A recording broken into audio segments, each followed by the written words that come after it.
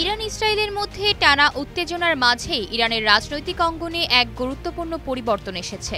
ইরানের সর্বোচ্চ নেতা আয়াতুল্লাহ আলী খামেনি ইরানের রেভলিউশনারি গার্ডস আইআরজিসি এর সর্বোচ্চ পরিষদের কাছে যুদ্ধকালীন ক্ষমতা হস্তান্তর করেছেন। একাধিক নির্ভরযোগ্য সূত্রের বরাতে এই তথ্য জানিয়েছে ইরান ইন্টারন্যাশনালের নির্ভরযোগ্য সূত্রের বরাতে জানা গেছে, তেহরানের উত্তর পূর্বাঞ্চলের লাভিজানের একটি গোপন বাংকারে সপরিবারে সরিয়ে নেওয়া হয়েছে খামেনিকে। তার সঙ্গে রয়েছেন তার প্রভাবশালী ছেলে মোস্তফা খামেনিও। বিশেষজ্ঞদের মতে, ক্ষমতা হস্তান্তরের এই পদক্ষেপ একটি সম্ভাব্য প্রি-এম্পটিভ ট্রান্সফার অব অথরিটি, যার মাধ্যমে যুদ্ধকালীন পরিস্থিতিতে কমান্ড কাঠামো অক্ষুণ্ণ রাখা যাবে যদি খামেনি নিহত হন।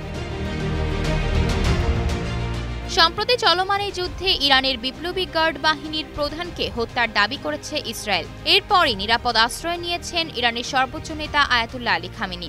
এমনকি ইসরায়েলের মিত্র মার্কিন প্রেসিডেন্ট ডোনাল্ড ট্রাম্প ট্রুথ সোশ্যালে এক পোস্টে কোথায় খামেনি লুকিয়ে রয়েছেন তা শনাক্ত করার দাবি করেছেন। ট্রাম্প লিখেছেন, তিনি একটি সহজ লক্ষ্যবস্তু, কিন্তু সেখানে নিরাপদে আছেন। আমরা তাকে হত্যা করছি না, অন্তত এখন নয়।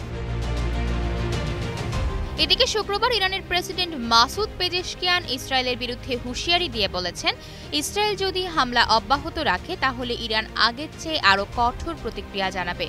ইসরায়েলি টানা বিমান হামলায় ইরানের শীর্ষ কর্মকর্তা, বিজ্ঞানী সহ বিভিন্ন পর্যায়ের গুরুত্বপূর্ণ ব্যক্তিরা নিহত হয়েছেন। পাল্টা হামলা চালিয়ে যাচ্ছে ইরানও। এমন পরিস্থিতিতে ক্ষমতা হস্তান্তরকে খামেনির মৃত্যুর ক্ষেত্রে কমান্ডের ধারাবাহিকতা নিশ্চিত করার একটি সতর্কতামূলক পদক্ষেপ হিসেবেই দেখা হচ্ছে। আয়শা অর্থী, নিউজ ডেস্ক, গ্লোবাল টেলিভিশন।